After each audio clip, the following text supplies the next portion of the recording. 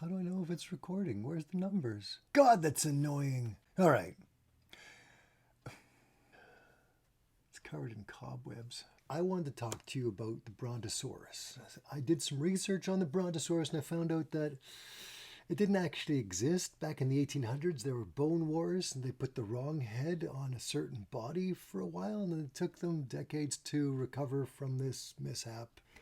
The creature that's like the Brontosaurus, with the right head or the right body or whatever, it existed for about 10 million, 60 million years. And it would do the same thing every day. It would get to a certain size and it wouldn't be attacked by the T-Rex or the equivalent. Not sure if the T-Rex existed at the same time as the Brontosaurus, which never existed. If I could make my point without interrupting myself. My point here is that it existed for 10 to 60 million years just fine. It would live for about a century. It would go get out of the swamp every morning, go to the forest edge, push against the massive trees there to get at the yummy little trees in between for tens of millions of years. So my point here is that these creatures didn't have insurance policies, they didn't have dental plans, they didn't even have a plan for what they were going to do the next day. And this brings me to my point of points, which is the reason you might have difficulty doing cool habits is because there's no real incentive for them. How could that be? Everyone does them. Everyone knows they're good for you, right? The truth is, for every single species that's ever existed, with the possible exception of humans, is all creatures just want to make it to the next day. Not even. Most creatures are just trying to figure out how to make it to the next hour. When a creature gets hungry, it goes around and looks for food until it's no longer hungry. When a creature gets sleepy, it goes to sleep.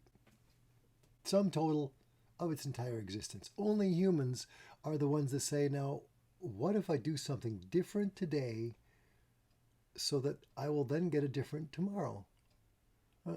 Some creatures do this by accident. Obviously, a seasonal creature like a bird, the male works hard to make some kind of a nest to attract a female, and these things are functioning on the spello tape or programming or instinct or whatever you want to call it. They don't really have a plan per se.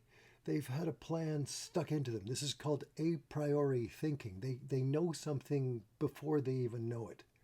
The male is building a nest.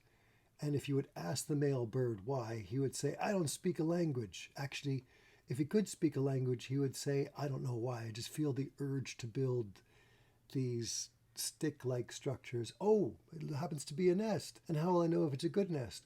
Some other bird will show me, and then other cool things will happen. It has a bird brain, which is the very idiom which says that there's as stupid as a bird, which is a bit unfair. Crows are fairly smart. Don't let me sidetrack myself on this. My point is that you will struggle with the illusion of progress. Human beings have a big enough brain that we tell ourselves that we can do something different today and tomorrow will be some version of better. This is how our civilization has worked. We don't know how much of this is a priori or known beforehand, but we do know it's illusionary. In the end, everyone dies. No one gets out of it alive. Maybe I worked out and got all sorts of big and huge and muscular, and that was kind of fun maybe, or maybe I injured myself, and maybe it changed the types of relationships I had. Maybe they were worse relationships. This is one example. You can do this with everything and find an absurd response. If you get a more expensive car, does it use more gas?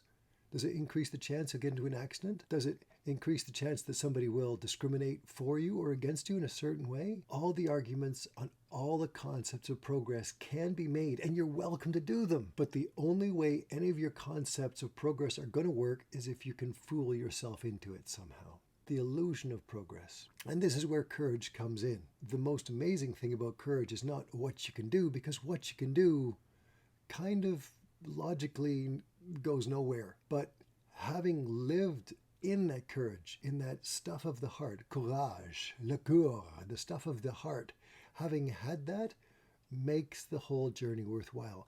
And having none of it means it's not even really a journey. Kind of the one resource there. I'm going to put this down, cut the heck out of it. throw it out there because I haven't done a video in a while, and honestly, sometimes I struggle with this illusion of progress myself because it never seems entirely genuine.